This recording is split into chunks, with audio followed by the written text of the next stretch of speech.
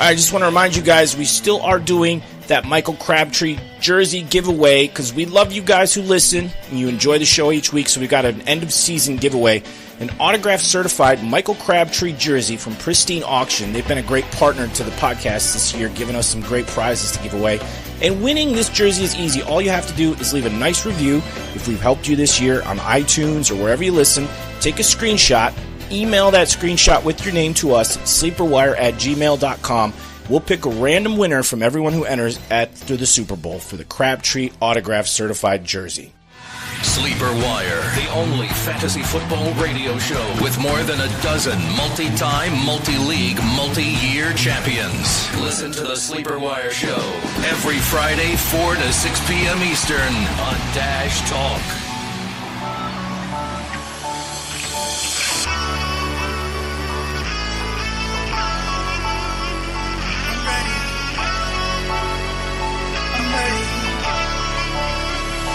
I'm ready for all today.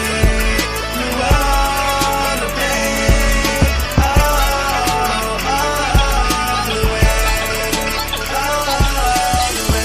Welcome to the Sleeper Wire show. Today is December 12th, 2017. I'm your host, producer Steve, and with me today, I got my statistician genius, Professor Chris, and we welcome back Nick to the Monday show, filling in for Max today. I am excited to get into this Week 14 recap. It's a long way to the top if you want to rock and roll. That's what I like to say. And Week 14 brought us some major injuries, a couple of duds, and some real studs.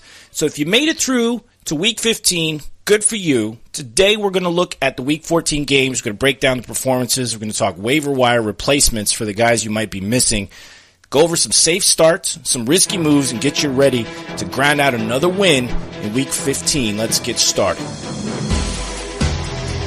All right, Professor Chris, Nick, I almost said Max there. I'm so used to doing the show with Max. Wow. Sorry. Wow. I will have to really watch myself on that one.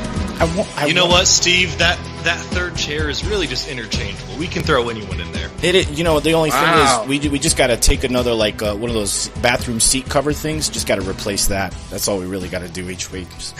Listen, you know what, guys? If you want to wait a couple more hours to do this show with Hoos, I'll be fine. I can leave right now. I don't know if we got time for that. We got a ton of games to go through. This Thursday night game, the Falcons beat the Saints 20-17. The big story on this one was the Kamara injury, which I think might have really damaged some people's playoff games this week. He left the game early, and after that, the Saints just didn't look the same. Only 3 out of 10 first downs without him. A couple of other injuries, Kenny Vaccaro and Trey Hendrickson on defense, and that left guard, Clemente, went out as well. So I want to ask you guys, coming up with the Jets and the Falcons for the Saints, you got any concerns about this offense? I'm hoping that Kamara comes back, but other than that, is it all systems go for them? Yeah, I think you still have to start every Saint. Yeah, I mean, this Jets team really isn't a scary matchup for what the Saints have been able to do. And Kamara looks like he should be on pace to be back in this game, especially with the extra few days from playing on the Thursday night game. Yeah, I think so too. We hope he comes back healthy because he is a huge part of that team.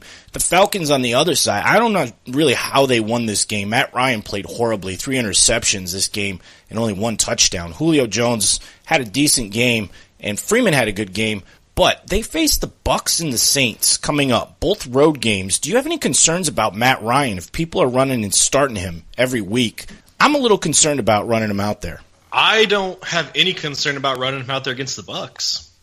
I have to say, I mean, if you've been running out Matt Ryan every week in your lineup this season, there's probably a good chance you're not even in the playoffs. Yeah, I mean, possible. Matt Ryan really hasn't been putting up the numbers he did last year. He's not even coming close. This is certainly not an MVP season. But the weird thing is, definitely not. The skill players are still producing for you in fantasy. So, I mean, you can trust those guys, but Ryan is the real question mark, and it's weird because you'd think he'd be safe when you see Sanu and Freeman and Jones having good games. Do you guys know how many 3-touchdown games Matt Ryan has this season? I'm going to guess 2. I'm going to say 1. 2 and 1. All right. Well, it is 0. What, are you kidding me? And he had 1, 2, 3, 4, 5, 6, 7 games of 3 or 4 touchdowns last year. Right. None this year. Jeez Louise. And the other thing is, too, I mean, when we really look at it, Julio really hasn't been having that good of a year. No. It is a pretty down year for him. Yeah. Well, I mean, they're 8-5, so they're still in contention for that division and possibly a wild card. You got to believe they're going to still play.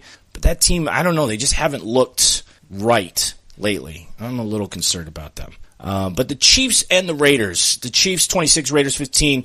So the big question is, did the Chiefs actually fix what was going on with that team? We saw Kareem Hunt have a great game, or did they just take advantage of a bad Raiders team? Can we expect more of the same Chiefs next week against the Chargers in a very difficult divisional matchup?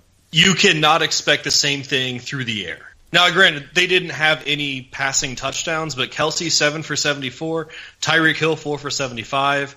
I think points and yards are going to be hard to come by when it comes to that Chargers secondary. I somewhat agree, but at the same time, I mean, let's not forget what they did against the Chargers earlier this season. I mean, Kareem Hunt had a huge game. The team was doing pretty fairly well. That's when they were in their month of terror as an offense. So I think this is a pretty good matchup. It's division rivalry. I never like to try to look at stats of how the team is doing generally, except for I do like to look at maybe what they're doing against the division as a whole. But I think Tyreek Hill will have a big game just because it seems like every other game he has his huge game of 30-plus points.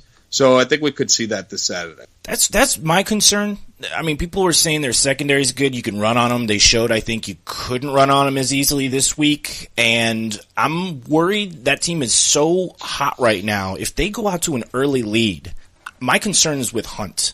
Because it seems like when the Chiefs fall behind, they abandon that run game, and you see Hunt with 8 to 11 carries. And those are the kind of games where he was killing people in fantasy. So you guys have no trepidation on Hunt at all? That was a big word. Chargers defense, yeah, Mr. SAT over here. Yeah. Chargers defense is weak against the run. Okay. It's weak against the run. I'm still not in the collective universe now that Kareem Hunt has had one really good game since in the last 7 weeks that we're back to trusting him. There's still guys that I like over. That's what I'm saying. back to trusting him. I'm in Nick's camp here because there's going to be guys that we have questions on this week in the mail sack and on the blitz. Can you trust Hunt over guys like Jamal Williams and Alex Collins who have been consistently doing well, whereas Hunt just had that one good game right now and all that history. You can't forget that history of the season. So this is what I'm going to have to look at. Let's see. Derek Carr on the Oakland side didn't play well. Didn't see receivers downfield. Just not good at all. The Raiders face the Cowboys next week who are playing well, and then the Eagles. I'm not sure I can trust Derek Carr at all, and I'm not sure I can trust Crabtree at this point. This team is failing miserably. Are you guys still starting these two? I still think you can start Crabtree, but I don't think you can start Carr anymore. I don't know if people have the luxury of having better options than Derek Carr at this point. Well, let me look at a team that I have right now. So this is a 12-team PPR. I've got Derek Carr, and I lost this week first round of the playoffs by 5.4. So just one touchdown more from Derek Carr would have had it. Granted, the other guy had Devontae Adams, but still. Mm-hmm. So some waiver wire guys. Ben Roethlisberger, home against New England, and then against the Texans week 16. Andy Dalton, Case Keenum, Jameis Winston. That's about it. You're going to have to burn a lot of fab dollars to get Roethlisberger after the week he had. It's going to be a hard one to grab on waivers, but first QB in NFL history with 3 games of over 500 passing yards. I can't believe Ben Roethlisberger's on your waivers. That's shocking. Well, I was pretty surprised about that too. Actually, you know what it is? I think someone picked him up. He was picked up on waivers last week, but they dropped him on Saturday. I think they were doing that thing where you keep a quarterback away from an opponent. Yeah, but the person who initially dropped him, I mean, I understand he had a stretch of some pretty bad games, but still, it's Ben Roethlisberger. I dropped him in a league earlier this season. Thanks. Yeah, he had, what was it? A stretch of like 4 straight games that were just terrible. Very true. I mean, there was a time we really couldn't start Roethlisberger, but at the same time, you had to figure that it had to correct itself with when you have Le'Veon Bell and Antonio Brown going on your offense. Yep, and he's been very good for the last 5 weeks and exceptional for 3 of those 5. Right. So I will. That's going to be what I put my waiver claim in for because I will play him at home against New England, and I think I'm okay with playing him, even though it's on the road, against Houston, because Houston secondary. Exactly. Yeah, Big Ben, he is going to definitely be my first choice, but I do not think I'm very high on the waiver wire party right now. Okay. All right. Let's move on to the Bills and Colts. This was a good one. Professor Chris, obviously we go to you on the Colts games. The Bills 13, Colts 7. We were getting pictures of the field conditions during the Blitz on Sunday. It was 6 inches of snow, straight up blizzard with gusty winds. You thought it'd be a running game. McCoy took advantage, ran in the snow like he did in that Eagles game a couple years ago. He just went bananas. Chris, did you see anything of value in this game from either team that you feel good about? Any fantasy value in these teams left? Well, yeah, I think Jack Doyle for sure, because even in 6+ inches of snow in a blizzard, he's still catching touchdowns from Brissett. I do want to make a correction. You said the score was 13-7, and actually the Colts won this game 8-7. So living in the past. 8-7. No, they scored with 1:16 left. Touchdown to Doyle. I saw the. Well, for people who didn't see it, came in, decided to go for a 2-point conversion because an extra point, 33-yard field goal, would have been nearly impossible in this wind. So, and Adam Vinatieri missed 2 field goals. But yeah, so then 2-point conversion to Doyle, wide open, and they called one of the worst offensive pass interferences on a guy who wasn't even part of the play that I've ever seen. And the flag was at least 30 seconds after the play was over. So, no, it was bullshit. It really no, was. I know. Yeah, I saw it too. It wasn't the right call. Right. Nobody I've seen on social media has agreed with it. The announcers were like, "Well, this is just wrong." Blah blah blah. So it was 8-7 Colts. So a good victory for them. Anyway, however, I will say as a LaShawn McCoy owner, I'm very happy that happened. I played Frank Gore against Dirty Jobs this week because I felt like it was going to be a running game, and the old man still has it. Wow, did he ever? 36 carries. Just a workhorse. Right. Now, listen, the Peterman came in, obviously, with Tyrod out, and he got concussed. So if he doesn't play next week, and we're basically working our way through the Bills' depth chart on quarterback. If Webb starts, are you feeling okay about Benjamin still? I mean, he kind of banged up his knee, and that was the issue earlier, that he had an injury. Is he a risk that you just can't take? Yeah, don't play him. Okay. Yeah, there's no reason you should have been playing Kelvin Benjamin at this point anyway. The name is nice, but he really hasn't done anything to warrant, he's a must start. And I would feel a whole lot better 3 for 38 and a touchdown in the snow. That's actually pretty great when he did that with Peterman, but at the same time, he hurt his knee and left the game. He did come back in, but he just re-aggravated that same knee. So I don't think he's worth even like debating on playing this week unless you're just in a severe, like desperate situation. But yeah, it's just not looking good. I don't trust the knee. No. If he hadn't injured the knee, I would say he's an okay start, maybe.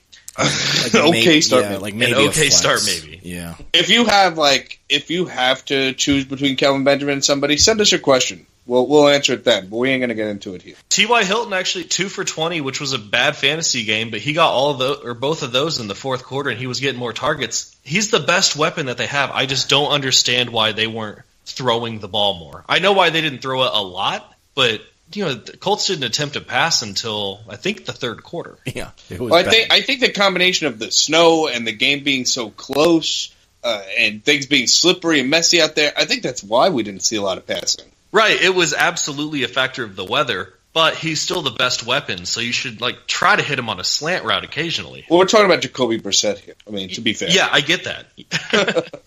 Someone who holds the ball far too long. Absolutely. Been sacked more times in the NFL, it's because he doesn't throw the damn ball. Mm-mm. I want to touch on Frank Gore. Great game from him. Broncos and Ravens next up. Still starting him confidence, Professor Chris, or does he need a blizzard to be good? He needs a blizzard to be good. Okay. Yep. I am not starting him with confidence against the Broncos or the Ravens. All right. Probably not going to recommend him over many players either. This was purely because I knew he was going to get the work, and the defense was going to be slipping all over the place. Okay. Yeah, the game script was just there for for this type of production. Yep, don't play him next week. I feel the same way about Hilton. Like, if there's a guy on waivers that I really want to grab who has potential upside and I need, an explosive player, I'd be okay with dropping Hilton or Gore at this point. I think with that upcoming schedule, I feel better about grabbing somebody else. The Lions defeated the Buccaneers in a long, sloppy game, a lot of penalties, a lot of Bucs-style football. We've seen it a lot this year, unfocused, unprepared, just not really doing what we expected from a team with so many weapons and Jameis Winston. Although he had a pretty decent game, but a couple of turnovers really hurt him. And Mike Evans, geez, where did he go this year? And Cameron Brate, where did he go? And Deshaun Jackson, where did he go? What happened with this team that they could not beat the Lions? They had a lot of opportunities to. I don't know about the next couple of games, a tough game against the Falcons and then the Panthers. How good do you feel about any of these Buccaneers players this upcoming weeks here, guys? We said on the Sunday Blitz that you got to start Mike Evans. And obviously that didn't work out, but I still think that's true. Now, we also said you got to start Cameron Brate with Winston. I don't think that's necessarily true. Yeah, I'm doing the backpedal on the Cameron Brate thing, guys. I mean, I know we gave out that advice pretty hard last week. I'm regretting that one But to make it fair, I mean, I did take my own advice. I started Cameron Brate too, so I know how much it hurts, just like the rest of you. But in regards to Mike Evans, man, this is one of those instances where you know the name, you know what he can do, and he's getting the targets. I mean, it's not like the targets haven't really been there. Yeah, this past week was 5. So, 10, 12, 6, 5 have been his targets for the last 4 weeks. And, so, I mean, the targets have gone down a bit. But you got to think, I mean, who's their next opponent next week? Falcons. You got to think that's a competitive game. I think this is one where Mike Evans can get back in it. All right. We just saw Michael Thomas go off. I think this is where they right the ship. Doug Martin and Peyton Barber. Barber's looking a lot better than Doug Martin, but Doug Martin got the touchdown. I really wish they'd just say, okay, enough of Doug Martin. Let's just see what we got in Barber. I don't know if you can trust either of these guys with a start with championship, semifinals on the line next week. Do you guys feel good about either of them? No. Okay. I hate to talk crap about all these guys, but it's hard with these guys. But in the Lions camp, I want to definitely get on Eric Ebron. 10 catches, 94 yards. The GOAT, the MVP, Hall of Famer, hold my beer, Tony Gonzalez, Eric Ebron, huge stud, top waiver pick this week, right? Oh, yeah, sure. Yeah, okay. No, but seriously, Theo Riddick had a great game, and Max was talking him up last week, and I have a feeling that it's going to be more Theo Riddick. I don't think that team wants to continue with Amir Abdullah. And they're in the playoff hunt. I think they're going to go with what's working. And so I think Theo Riddick makes a great waiver ad right now. What do you think? 100%. Yep. Yeah, you got to go out and grab Theo Riddick if he's out there. He's going to get the targets in the passing game. He's going to get the runs.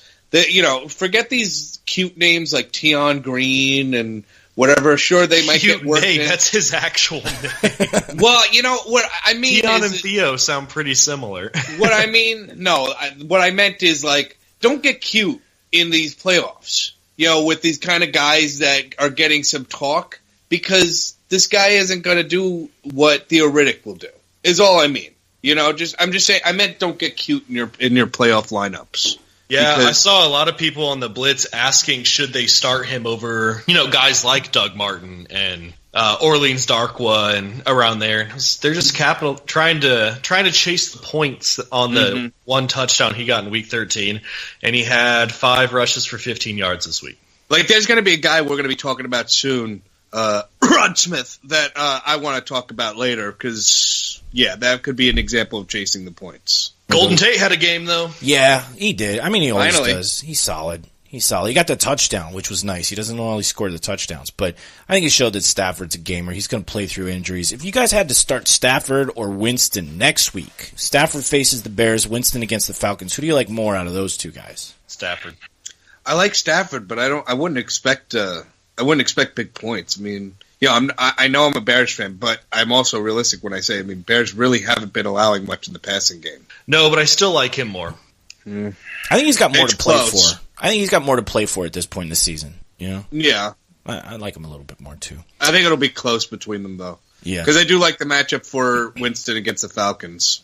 All right, it was Panthers and the Vikings. I think we thought this was going to be a pretty defensive game, maybe, but the Minnesota O-line had a couple injuries starting off. They didn't have their starting center. They lost the left tackle, and they didn't seem to be able to right the ship. Keenum had a decent day. Thielen dropped 2 touchdowns, which sucked, but had a decent day. I should say I'm not concerned next week about this team against the Bengals or the Packers because I think they're good to go. Do you guys feel good about everything on this team? I don't think this was like a scary, foreboding thing for these guys. I think it's still a really good team, and I think they'll be fine. Agree or disagree? Agree. Agree. All right, no concern for them. But the Panthers, wow. Jonathan Stewart, what a day. Is he like from No, the answer to your question is no. No? Are you sure? 2 good weeks in a row now. I'm gonna say I'm gonna say he's a flex option. I do not think he's a flex option. I would say pick him up in case McCaffrey gets injured, but you don't have that luxury right now in playoffs, man. You gotta put him in or don't even pick him up at all. Why? You're supposed to be stashing handcuffs. Yeah, but that's before you get to the playoffs. Now we're in it. We're in the thick of it, man. Yeah, but why can't you still stash handcuffs? I mean, I suppose you can, but at the same time, I think. Listen, I mean, I'm not saying Stewart's top is going to be an RB1, but I'm saying as a flex option, I think you can plug him in. Like we've said, last couple of weeks he's been really getting involved, and I'm not saying he's going to put up 3 touchdowns next week, but I mean, Christian McCaffrey's been getting used less and less. You guys heard it here first. Nick says Jonathan Stewart's going to put up 3 touchdowns. Yeah, that's exactly what I said. No, but I think you could talk about Jonathan Stewart in the same breath. You talk about like maybe Rod Smith or Kerwin Williams. Maybe these guys kind of in the same category. Yeah, but the thing is, he's been getting double targets. He's gotten double-digit carries, actually, every single week except for week 6. And hasn't really done anything outside of week 1 where he had 65 yards and a receiving touchdown as well. Then single digits all the way until week 13 when he had 10.5 because he rushed for a touchdown. Yeah, this week was an anomaly. He was saving it up, man. He was saving it up for the playoff push. Most likely, he saved that shit for 10 weeks. Most likely, Chris is right. It's probably more of an anomaly this game. Yeah. But all I'm saying is that it obviously will depend on what options you have at flex. But if you're weak in that department, say you're relying on, I don't know, DeMarco Murray. DeMarco Murray at this point. Yeah. I would rather start Jonathan Stewart in my flex than DeMarco Murray. I think I would too. Interesting. If I made it through this week with DeMarco Murray not doing much, I think I might actually do that next week. I know the juicy matchup, but we'll get to that. Greg Olson's still not 100%, so I think we said last week on this Thursday show, you got to wait till you see a Greg Olson game before you feel good about putting him in. That's what I said. I know. Nobody wants to listen to me, but I said do not start Greg Olson because I doubt he's still 100%. Yeah, I mean, he was kind of limping off the field and stuff, too. He's not 100%. It's pretty obvious, so hold off on that. Hold off. The Bears defeated the Bengals. And, Nick, since you're on the show, you get to talk about the Bears. They look like they wanted to play. They got young players. They're trying to build toward next year. The Bengals look like they just kind of given up, as they usually do at the end of the season here. What did you like about the Bears game from their side, Nick? Well, here's the thing. First off, I liked that the offense showed that, hey, we can have a real offense here if with the right play calling and situation. Now, everybody's been throwing around, the Bengals were banged up. They had a lot of their key players out. You know what? Bears have a lot of banged up, a lot of issues with injuries and stuff, too. So I really don't want to hear that crap. I really don't. I'm tired of everybody just saying, Bears are just a shit team and that they get lucky when they win games. I mean, they've beaten already 3 playoff teams this year. But aside from my rant, as far as this game is concerned, I think that what I liked is just they got the run game going, which allowed them to get the passing game going. And this is by far Trubisky's best game of the season, which that gave me as a Bears fan a sign of hope. But the Lions game, I'm assuring you, will be a tougher matchup, especially in Detroit. It was great to see Jordan Howard getting used. I'm sure people aren't using Tariq Cohen, but, man, if you were, for whatever reason, you must have been upset with the amount of touchdowns that were called back by penalties and stupid crap. I mean, he had an opportunity to score 3 touchdowns. All were called back. That sucks. Yeah. But Jordan Howard, he is someone that we really, that Mike and I really liked on the Blitz this week, and I'm glad it worked out. It was good to see him back, doing Jordan Howard things, finally. I want to talk about Trubisky, and I actually want to talk about Andy Dalton, too, because Andy Dalton didn't have a very good game. For people, let's break the seal, for people that lost Wentz this week, these two quarterbacks, you got Trubisky against the Lions and then the Browns, you got Dalton at the Vikings and then the Lions. Either of these quarterbacks you might consider picking up if you lost Wentz, streaming them for 1 week, maybe both weeks. You see any value there? I cannot say that because of this game that Trubisky is a guy that you can stream still. Okay. He has been really off all season, and which is expected. He's a rookie, and he's got John Fox as his head coach, calling plays and doing stupid things. I'll say that if your choices are down to these two and you have to make a call, I would say Andy Dalton, but I don't like either guy. Okay. Yeah. All right. Agreed. The Packers had the must-win, man. 27 to defeat the Browns 21. And we're expecting Aaron Rodgers, if all signs are good and the scans go well, to start next week against the Panthers. So I am. I want to know about the wide receivers. Obviously, you got to feel good about Nelson next week, feel a little bit better about Cobb, although he had a really good PPR day for what he's been doing. Does Devontae Adams, who's been outstanding with Hundley, does he drop at all for you, or is he still a must-start when Rodgers comes back? I don't think he's still a must-start. Wow. Okay. Explain. Well, Jordy is going to be better.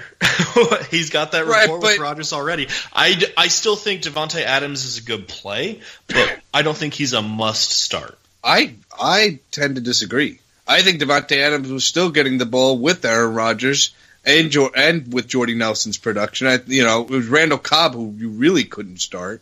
I thought Devontae Adams was a nice flex option. He's not the wide receiver one that he's been, but he's definitely a nice flex option. But I'd like to also add here, I'm not under the same umbrella of most people where, Aaron Rodgers is coming back. This is the answer to all of our problems. I really think that people are going to be disappointed when they start Aaron Rodgers and he gets hit and then he's out for the rest of the game. Because I guarantee you that collarbone's not 100%. There's a dark prognosis there. I'm just saying people are going to... He's saying that as a Bears fan. No, I'm really not. I promise you. I'm not being, jaded Bear fan. I'm being realistic because this was a broken collarbone. I'm sorry, but let's look at what happened to Tony Romo. Yeah. He had the broken collarbone, came back, was immediately re-injured it. How are we going to say that, Aaron Rodgers looks good in practice? He's not wearing pads. He's not getting hit. How do we know he's that good? And if he does get hit, especially with a Panthers defense, Luke Kuechly gets a hand on him, or any of their other great defensive playmakers get a hand on him, get him sacked. He could be re-injured, and you could be stuck with zero for your quarterback. I'm not buying that Aaron Rodgers is a great play this week. Okay. I didn't say he was great. No, but I think it's very risky to play him this week. Is what I mean. Like I don't think that I would look for a different option. Oh, what if you lost Wentz? Well, that might be a situation you were forced into, but I'd still look at the waivers and try to find something. What about this? I have Derek Carr and Rodgers in the IR spot. I hate Derek Carr, but I would almost consider starting him because he's at least healthier than Aaron Rodgers.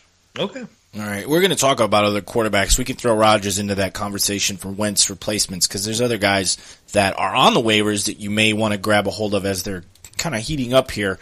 But I just want to say Jamal Williams, I think he's earned the starting job. I think you start him every week.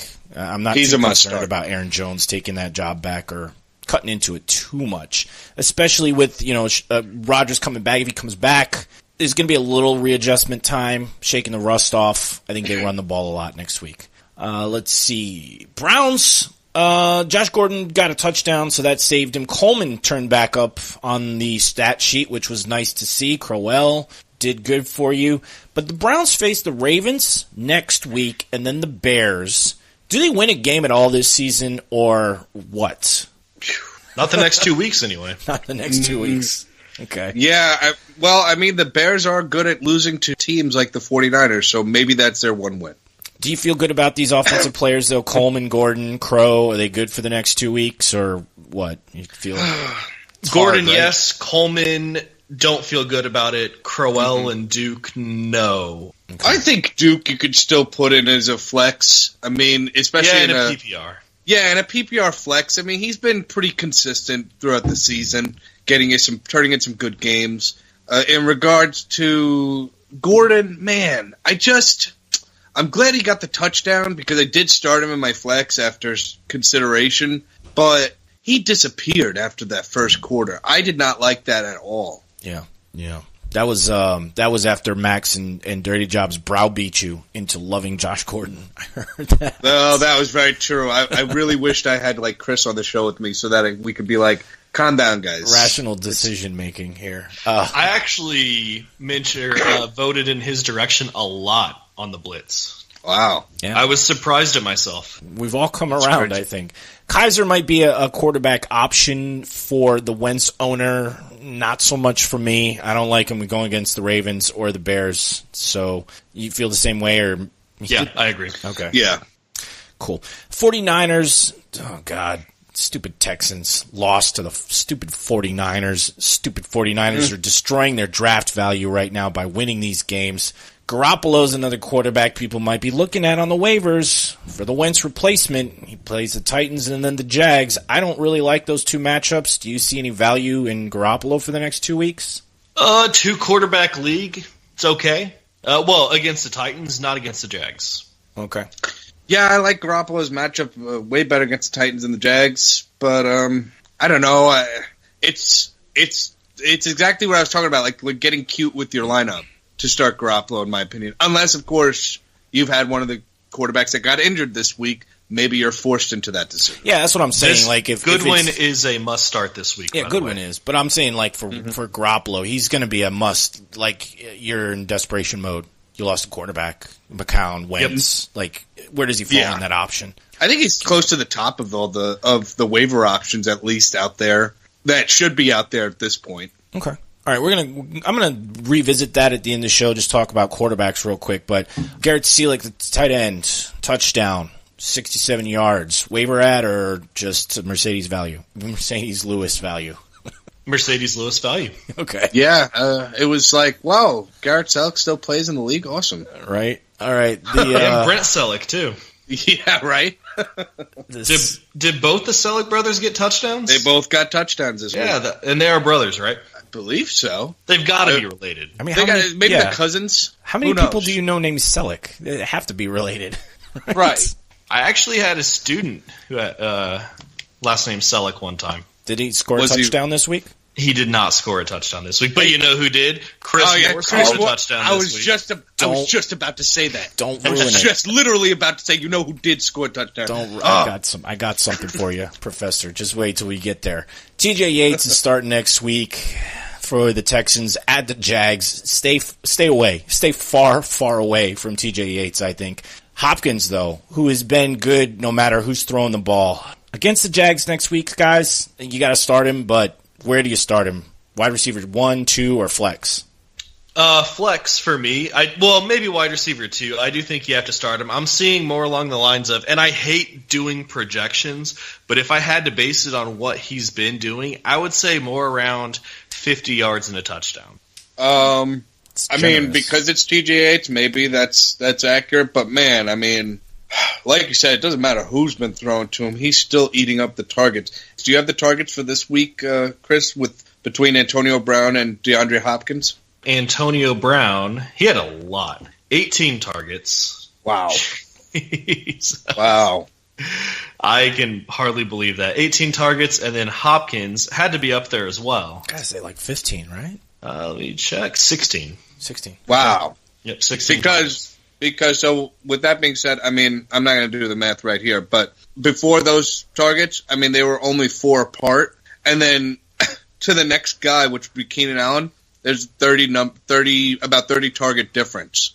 Right. And to be fair, TJ Yates threw 26 passes, and I think one of the touchdowns was to DeAndre Hopkins. Right. I'm just saying, I mean, I know the Jags defense is ferocious, and they've been really killing it, but I don't see how they can keep a guy like DeAndre Hopkins down. And he could very well score in garbage time. You know, if they fall behind and they're just getting shut out, it's very possible you get some points from garbage time for Hopkins. If anybody was going to get it, I think it would be him. Anderson kind of came back down to earth with nothing this week, but with this quarterback change, do you see them leaning on the tight end a little bit? Does Steven Anderson gain any value? I can't say yes. Okay. Yeah, I mean, I wasn't really hyping up on the Steven Anderson train last week. I was like, who? Steven Anderson, he was a guy that Sunday morning you picked up because you had Ertz. Yeah. That was Steven Anderson. For most people, it was a situation like that. Too bad you didn't pick up Trey Burton then. Yeah, no kidding. No kidding. I do want to take a second, though, and talk about Tom Savage, because I honestly don't know if this guy's ever going to play football again. It wasn't just a concussion. I'm not sure if you saw his hands twitching. Yeah. Oh, yeah. He was laying there on his back. That's the beginning of what looks like a seizure. And as someone who has generalized epilepsy, I know how scary that is. And that is certainly not just an ordinary concussion. I am very worried for Tom Savage's career. Not that, he's had a great career, but as a person, as someone in the NFL who's making a career out of this, I don't know if he's going to be able to continue, because I think this is actually scarier than what it looked like. Yeah. I mean, and just to see that they put him back in there, I don't know what the protocol was. I mean, I know they checked him out, but you got to show, I understand that the doctors may not be able to see from 30, 40 yards away, his hand shaking like that. Maybe they weren't near the video monitors or whatever, but they got to be showing video of the hit and what happens before sending somebody back on the field like that, even after an evaluation. We hope he's okay, but certainly we'll see what happens next season. The Cowboys defeated the Giants. This was a must-win for them to remain in the hunt. They actually played pretty good. The Giants, that is, played pretty well this week. They looked like they were showing some effort, but Dallas exploded in the second half. Dak looked great. So if you started Dak, you had faith in him coming back. Good for you. I was a little hesitant, but against the Giants, I think you had to start him. Good for me. I played him too. But I played him in a league where I had a bye, which it kind of pisses me off. Like when your team has an amazing week, but you have a bye in the playoffs. So it's like, yeah, I'm happy I had a bye, but can't they save this for next week? Nick, you mentioned you want to talk about Rod Smith. Rod Smith, Alfred Morris. Give me the breakdown on these two. Yeah, I want to talk about Rod Smith because, listen, I mean, his stats, 5 for 113 and a touchdown, receiving, plus an 81-yard score. Oh, no, that was an 81-yard score. The big touchdown. So, I mean, his production came in really one big play. I'm not getting super excited about it. And listen, I mean, he was involved, and Alfred Morris was only so-so. But I'm just saying, my point is, I'm not going and chasing after these points. Rod Smith really hasn't been doing this all season, and I'm not buying that Rod Smith has taken over the job for Alfred Morris. I don't either. Raiders next week, though, would you start Rod Smith or Alfred Morris or both or neither? I would play Alf over Rod Smith. Agreed. Yeah. And most likely you have better options. I would hope so. Just also, Theo Riddick is very likely out there. I'd definitely grab Theo Riddick over Rod Smith. Excuse me, if he's on waivers. Okay. Agreed. All right. On the Giants side, Manning looked pretty good in the short game, struggled on the downfield throws. The running back situation is what caught my eye. It looked like the new coaching situation put Wayne Gallman in the position to be the lead back. Do you think this continues against the Eagles and the Cardinals the next 2 weeks? Are we off the New Orleans Darkwood train? And if you're desperate, Gallman? Nope. No. Not playing either guy. If I had to choose one, it would still be Darkwa. Okay. I do know that Gallman was more efficient, but I think they're going to have to, against the Eagles, they're going to have to grind, and I think Dark was a little bit better. Okay. Man, I feel bad for you guys if you have to rely on the Giants' backfield. I mean, because their backfield is just so terrible. Yep. It's awful. It really has been since Ahmad Bradshaw and Brandon Jacobs. Yeah. I mean, they got it all starts with that offensive line. That's where it really starts. Right. Okay. All right. Enough of the Giants. Broncos. Wow. I didn't think anybody saw this one coming. The Broncos shut out the Jets 23-0. That Broncos defense came back strong. The Jets only had 6 first downs in this game with only 100 total yards. Part of it, I think, was McCown getting injured, and it looks like he's done for the season, so you're getting some Bryce Petty starting next week. But I'm a little concerned now with Robbie Anderson and with Jermaine Kearse and with ASJ, they visit the Saints, and then they play the Chargers, two explosive teams. This Jets team should be dead and finished, but Robbie Anderson has been a must-start every week, guys. You feel good about rolling him out there still, or is this just too much going wrong? I still feel good about him. The main reason for that is that last year, when Bryce Petty came in, Robbie Anderson was getting targeted like crazy. So, he was just getting peppered with targets. Granted, he didn't do a whole lot with those, and he got a touchdown or two, and that was mainly because Bryce Petty wasn't very accurate. It had nothing to do with Robbie Anderson, but the opportunity is still there, so I think he just downgrades from wide receiver 2 to a flex. Okay. I can see that. I mean, the Saints and the Chargers could both go up pretty quickly on this team, and there's some garbage time value there. I think that's going to be people's concern, though, with that quarterback change. Does that tank everybody? You're saying not so much. Nick, what'd you see on the Broncos side? Any improvement? Anybody you want to start the next couple of weeks? I think it's the Colts, so there's some value there. And Simeon, maybe, if you lost Wentz, would you start him next week? Well, I'll be honest. Well, I'll say this much. I said my Cameron Brake call was pretty bad, but that was a league-wide call. And another one I'll take credit for, a bad call, is the Jets' defense. I really thought they were going to show up against this lackluster Denver offense, and they proved me wrong. So there you go. But as far as the Broncos are concerned, you got your Demaryius Thomas you're going to throw out there at this point, and that's really about it. I can't trust anybody else.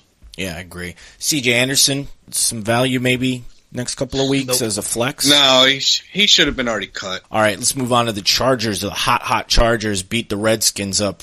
Rivers was really nice. In fact, he got benched for some garbage time after they just went up so much. The guy that I want to talk about is Tyrell Williams. Has he established himself as a flex play? He's been pretty good the past couple of weeks. Explosive week this time. What do you think? I think if you're in a league where you have a lot of roster spots, so maybe 3 wide receivers and 2 flexes, where you're starting a lot of different guys, I think he's an okay play, especially against Kansas City. I know they just basically shut down the Raiders, but Derek Carr was pretty terrible. Phillip Rivers is a lot better. Tyrell Williams, you're relying on a big play. It's a lot like Deshaun Jackson, but he does get those big plays. Now, granted, they're few and far between, but it's a risk I'm willing to take. Tyrell Williams reminds me of like a Deshaun Jackson of old. He's so boom or bust. I think if you have the bench space, you should have him, and in a deeper league, it's okay to start him. But I can't sit here and recommend that he's going to be a great start coming up this week. I'm probably on the outside. I think the Chargers' run defense is good. You said not so much. But they did limit P. Ryan to only 45 yards on 17 carries, which is a significant workload. You think they can stop the Chiefs next week? That's my concern. This all comes back to my concern about Kareem Hunt. I think this defense is legit. But what do you see? What do you guys think about this defense next week? Hunt's an RB1 next week. I say Hunt is high-end RB2. All right. So you're saying maybe around top 15. Yeah, I can't sit here and say that we're going to see the same Kareem Hunt we saw this week, just because, again, I don't know if this is what we saw was offense got figured out for the Chiefs. Because, we've seen the offense now for the last 2 weeks finally putting up points, but it was either – both approaches were pretty one-dimensional to me. It was either we throw the ball the whole time because we're from behind, or we're ahead so we're going to run the ball. And I don't think this is a game necessarily that they're going to be ahead playing the Chargers. Right. So, if anything, I think this is going to be a big passing game like we saw against the Jets. That is why I think the Chargers defense is a must start the next 2 weeks. We've been talking about them as defensive. I wouldn't start the Chargers this week. I certainly would. No, they could go up big. Not in Arrowhead. Not in Arrowhead. Stadium doesn't matter to me. If they go up big early on, the Chiefs are going to struggle. They got all this unwarranted confidence from beating up on a crappy Oakland team. I have a feeling they'll fall apart this week. I love this defense the next 2 weeks. The Chiefs and the Jets, I'm starting them all the way out. The Redskins, though, I'm not feeling good about. They got a couple of tough defensive matchups with Arizona and Denver on the docket, and we see this wide receiver core just kind of fall apart. the big question, I guess, is Cousins. Chris, last week you said you're starting him. You feel good about him. This was a rough game. The offensive line can't get right. You still feel good about Cousins? Yeah, I still think he, unless you have two top 10 quarterbacks that you're streaming between the two, I still think he's an every week start. Yeah, I mean, at this point, with the way the quarterback situation looks, you really don't have many other options. Okay. I don't think you can expect a lot from him, but sort of mid-range numbers, maybe. You're hoping to walk away with the Kirk Cousins game like somewhere around probably about 16, 18 points. What about Matt Ryan? Maybe Matt Ryan versus Kirk Cousins. I think I'm going with Kirk Cousins still. Oh, man, this is a tough one. Could I do Ryan week 16 and Cousins this week against the Cardinals? Sure, why not? Okay, but I mean, that helps. That does help. That helps. Yeah. All right, the big one. The Eagles 43, the Rams 35. But Wentz out for the season. Need replacements. Foles is coming in. What does Nick Foles do to this offense, guys? 7 touchdowns. That's what Nick Foles does for the offense. No, seriously. Ajayi led the team in rushing this week in terms of workload, 15 carries. So is this the sign that they're moving into that, like, let's get this guy rolling for the rest of the season? And now with Foles throwing, is it going to be more running? Or, I mean, how do you feel about the rest of the players on this team now? I was going to say I do like Ajayi if Wentz were still in, because I think they're going to be up by a lot against the Giants and the Raiders. But with Foles, I think everybody takes a hit. I still think you have to start Zach Ertz and Alshon Jeffrey, but I don't know. I'm not excited about this. Obviously, you're not excited when one of the best quarterbacks in fantasy gets injured, or really when anyone gets injured. But this is a tough one. I think Jeffrey and Ertz are the only two guys that you can keep playing. Yeah, just about everybody takes a hit with Wentz out. They're not going to be the explosive, score all over you type of offense that they've been. I think, if anything, the Eagles are going to try and change the game script of what they've been doing a bit, just so that they can try and manage games and not lose them. Okay. Here's the question that I think we're going to get a lot of. Because that team is just looking so good. It wasn't 100% Carson Wentz that was winning games. That team is good. So right. Is Foles coming in?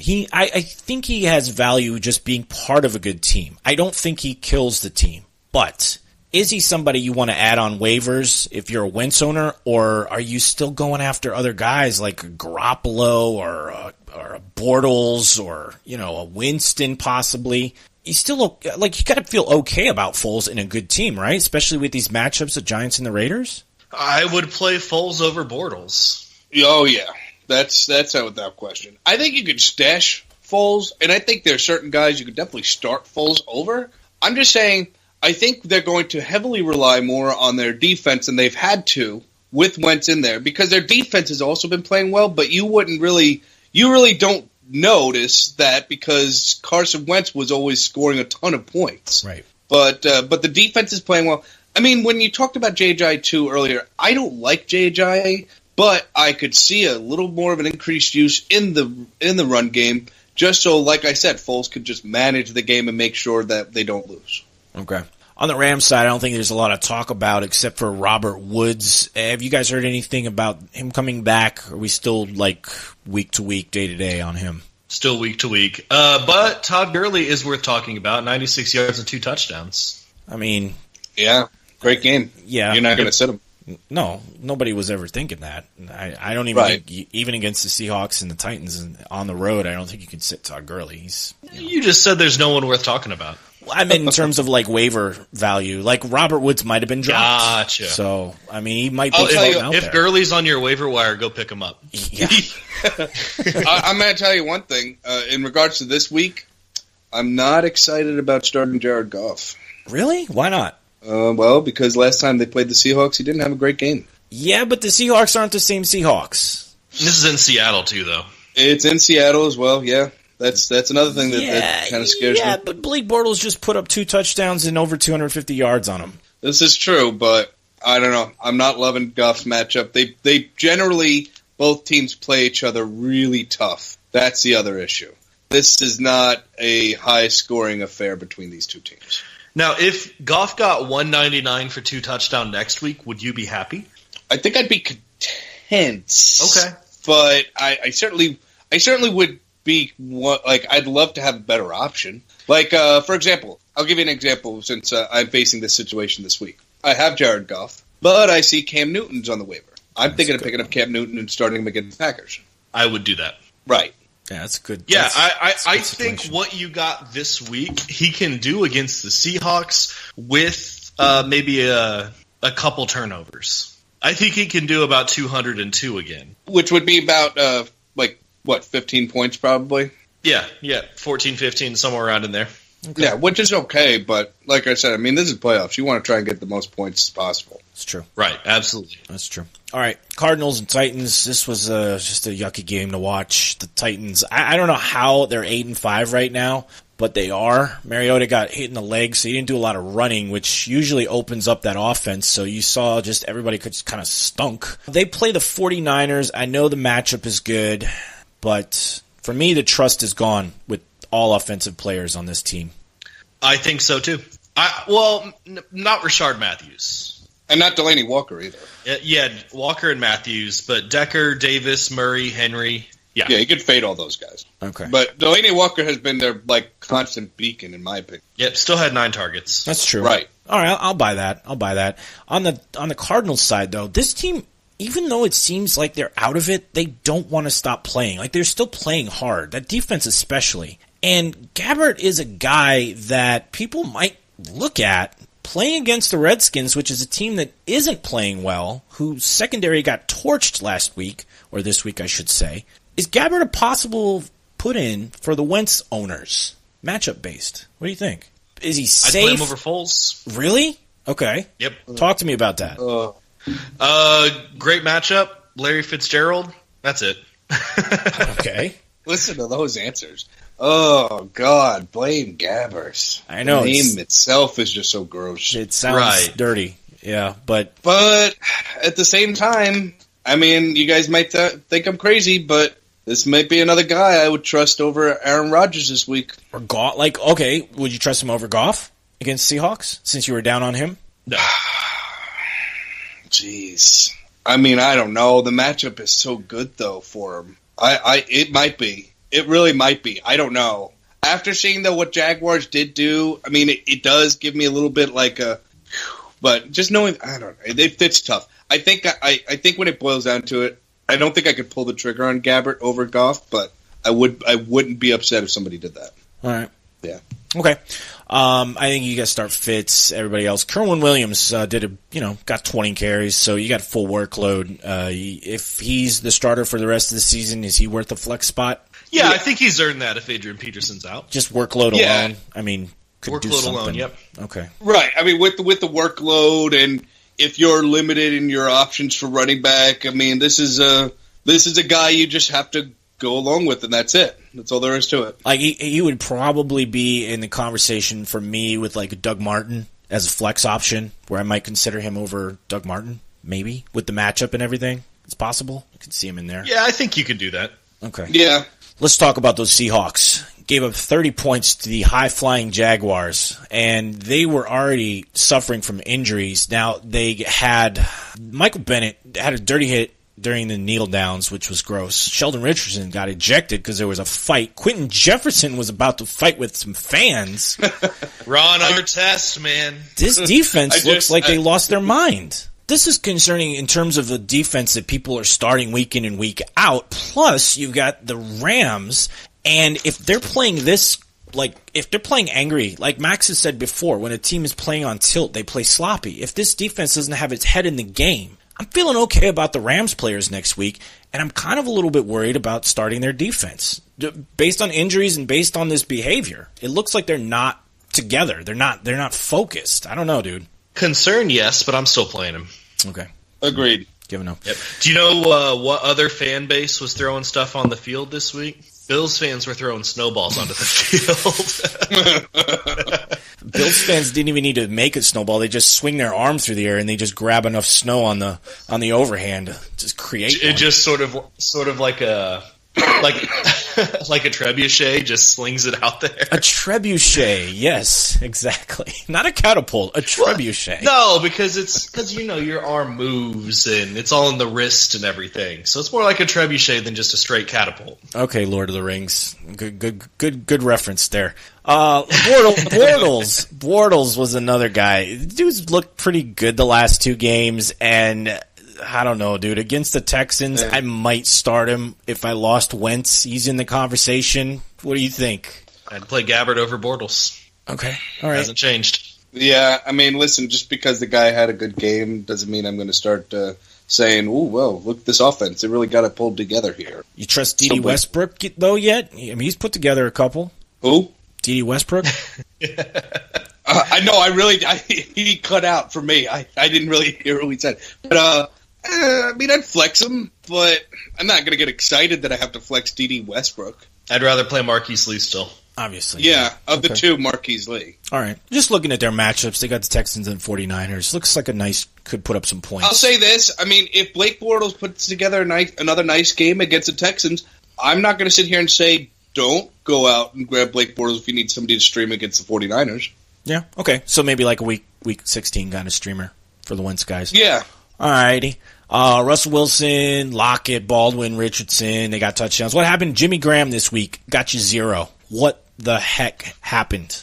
I don't know, because he's an auto start every week. Yep. Yeah, I really think that the Jaguars game scripted for Jimmy Graham and took him out of the game with their pretty elite secondary.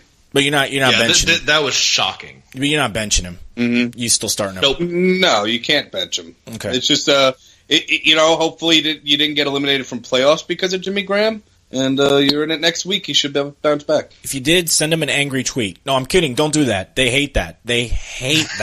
Don't do it. Send an angry tweet to the Jaguars defense. Send an angry tweet to Professor Chris, because I love putting those together when he reads those back on Mock Mendel Mondays next season. Mike Davis. Oh, my God. That one guy on SleeperBot, man, he was just taking it to a new extreme. I took several screenshots of it. It was... Oh, yeah. What was this now? There was a guy on SleeperBot. Some guy who... It was from last season. For some reason, he thinks... Because I'm an analyst on SleeperBot, not a moderator. He thinks I banned him. And I didn't, because I don't have that power to ban people on the app. But he was convinced that it was me, and he was asking around for Seymour SW, which was my username before I changed it to Professor Chris, and I got tagged in it by a bunch of people, and he was just going off. And it was some of the most vulgar stuff that I think I've ever read online. And then I heard myself reading it on video or on audio, and I was like, okay, that's actually pretty funny. Guys, we will do a best of show at the end of the season. That will definitely be a clip in there. So don't stop tuning in once the season ends, because we do a couple of shows at the end. We do an awards show and we do a best of show. So those are always fun. Mike Davis was the guy. We were talking about him on the Blitz. He played well when he was in. Carroll said he looked good. Left the game with an injury. They got the Rams and Cowboys next week. If Davis is the shortcut guy, you feel okay about starting him or what? Oh, were these bruised ribs or fractured ribs? I think they were just bruised. I'm not sure. Then yes, I feel okay about starting. Okay. I feel okay about starting, but I thought I heard some news recently that Chris Carson could actually come back soon. Yep, that's true. Possibly, yeah. So if Carson's on waivers, he's a nice little stash, right? Yeah, I mean, I would pick him up. Carroll loved him early in the season, and I mean, I don't know if he's really going to be back to help you. I mean, he would literally have to come back this week or next week, really, to be worth anything. Maybe for the people who go to Week 17 might be able to use him, but yeah, that's about. I almost expect him really not to be back for fantasy. I think he'll be back maybe for their playoffs. And finally, the last game, Steelers 39, Ravens 38. Some good old-fashioned AFC North football in December was this one. And we have actually a little soundbite here. Three-man rush. Flacco going to the end zone. Has a man open, and it's hauled in by Chris Moore for the touchdown. So Chris Moore gets free. It's a 30-yard touchdown pass. Congratulations for your namesake, Professor Chris. Thank you. It was good to finally get my first touchdown in the NFL. I'm glad we were able to talk about it. That's not your first, buddy. That's not your first. Well, first touchdown this season, isn't it? Nope. He had a touchdown. I don't know. You know what? How do you not remember your own touchdowns? Because I just have such a great career of all of these touchdowns that it's just hard to keep track of. First primetime touchdown for Chris Moore, and that guy has been slowly working his way into the scene, and it was nice to see him get it. Now, okay, so the Ravens put up a lot of points, which I don't think people expect from them. I'm concerned that Buck Allen vultured a couple of touchdowns, but should I be concerned about Alex Collins' workload going forward, or is he good to go? He plays the Browns and the Colts, so juicy matchups for Alex Collins. He's good to go, right? Yeah, I posted something on Twitter yesterday that said it is time for me to start believing in Alex Collins. 5 touchdowns in the last 4 weeks, if I'm not mistaken. Yeah, I mean he's been consistent. Cleveland and Indy, I think I'm going to start going Collins. Okay, Wallace too, right? Because I think Macklin has fallen off. Chris, you said you didn't have a lot of faith in him, though you love the guy. But Wallace has been kind of proven that he is the number one target there. You're starting him next 2 weeks, right? Nope. Still not playing him, but he is the number one target. Not playing him. Okay. Nick, agree with this? No. I definitely think you can flex him out there. I think Chris must just have a deep hatred for Wallace, or he's just jealous that Wallace is targeted more than him in the passing game.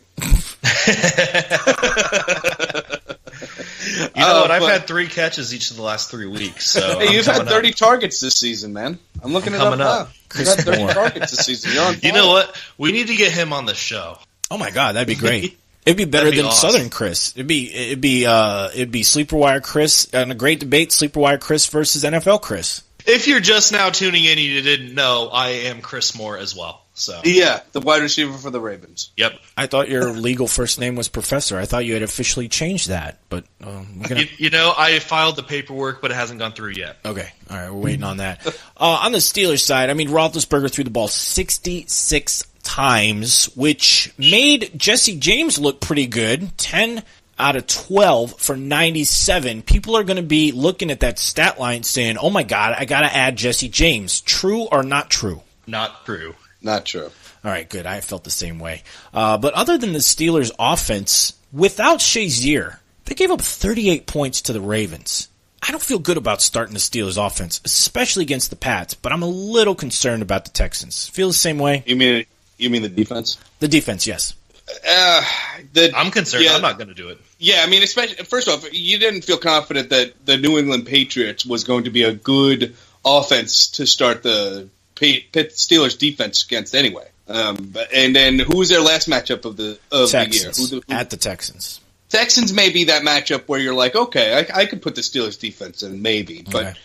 It wasn't definitely going to be against the Patriots. That is it for the recaps, guys. We're going to take 2 minutes here to talk about quarterbacks because of the Wentz thing, so I'm going to jump into that right now. Professor Chris and Nick, I want to just go over these quarterbacks one more time because I think this is going to be the major issue for people that lost Carson Wentz. We talked about a lot of these guys, touched on people like Nick Foles, Bortles. So let's just go through these names real quick. Tell me who you feel good about. And then maybe give me like your top 2 or 3 out of these names. So we got Nick Foles, obviously, Bortles, Garoppolo, people like Flacco. You might be able to get a Gabbert off the waiver wire. Maybe Winston, Manning, Brissett, Dalton. Any of those guys jump out at you that you say, okay, I feel good about starting them if I lost Wentz? Winston, Garoppolo, and Brissett. For me, I mean, Winston, Garoppolo definitely feel better about than the others. And then as a last resort, I suppose Blaine Gabbert. Okay. Yeah, all right. That's very true. Colts do have a couple tough matchups. They've got Denver and Baltimore, but I do still feel better about Brissett than I do Gabbert. I don't know how you could start Brissett after what the Broncos did to the Jets, and I think the Colts are pretty on pace with what the Jets are offensively. It'll be tough, but if you're in this position, I mean, none of these are great options. No. I would consider Eli over Brissett. Okay. Maybe, yeah. Eli's not terrible. I mean, they're playing the Eagles, who are without Wentz now, but at the same time, Eagles defense still pretty good. So what if I threw Kaiser, Simeon, and Bryce Petty into the mix? Any of those guys pop out? Nope, doesn't change a thing. Okay. No, I can't. I mean, almost Simeon, but really no, I can't. Okay. All right. Well, it's going to be a tough one this week. If you lost Wentz, you're going to have to find some quarterback help. It might be one of those situations where you look at the schedule and say, I'm going to start this guy in 15 and grab this guy for 16. So it's time to stock up on matchup potential if that's the case. But that is it for the show today. Don't forget, guys, head over to SleeperWire.com for all our rankings, our podcasts. You could submit questions through the site to our email. We answer those for you directly, so you can send us all kind of details on who's on your waiver wire, who you're looking to pick up and drop. And also, on our website, you can support our cause. Our buddy Rob is suffering from chronic Lyme disease. The reason we do this show is to generate awareness and raise money for his treatments. They're expensive, and we want to close out the season strong. So if we helped you at all this season, gave you some good tips, sleepers, gave you help on the blitz, the mail sack, anything like that, give us a donation to help out Rob's cause. You can find that on the website. Just click on the link, Our Cause. And we also have a podcast that Nick did with Rob's dad and a woman from the Lyme Disease Coalition. It was her name was Judith Week, yes. She was from the Lyme Disease United Coalition. Yeah, please, guys, go listen to that episode. It was a fantastic episode. I'm very proud of that and what we did with Rob's dad and her, because it was just so informative and really tells you the full story of Rob for those who don't know it. Yep, and it's right there on the homepage. You can find it, SleeperWire.com. And I'm going to challenge our listeners and fans, if you guys win your fantasy championships in your money league, do a really nice thing for us. Give us like 10%. 10% of your winnings as a donation. That would be so cool, and that would really push us towards that goal. It's going to be $10, $20 at the most. But man, we would love that. All right, that is it for the show. The 12 champions of the Sleeper Wire are online all the time, ready to help you out. Join the Sleeper Wire channel on the SleeperBot app. And you can find us at SWNick, at Professor Chris, at SWSteve, or just talk to at SleeperWire. We're also on Twitter at SleeperWire Show, at SleeperWire Nick, and at Seymour SleeperWire. Tune in Wednesday for the live mail sack. We take your questions and calls to get you ready for the Week 15. Show starts at 7:30 Eastern. You can listen on SleeperWire.com. Look for the Mixler player on the homepage. Professor Chris and Nick, thank you for being on the show. Good luck this week. Thanks for having us. Good luck to you too. Yep, good luck. Thanks for having us. Peace.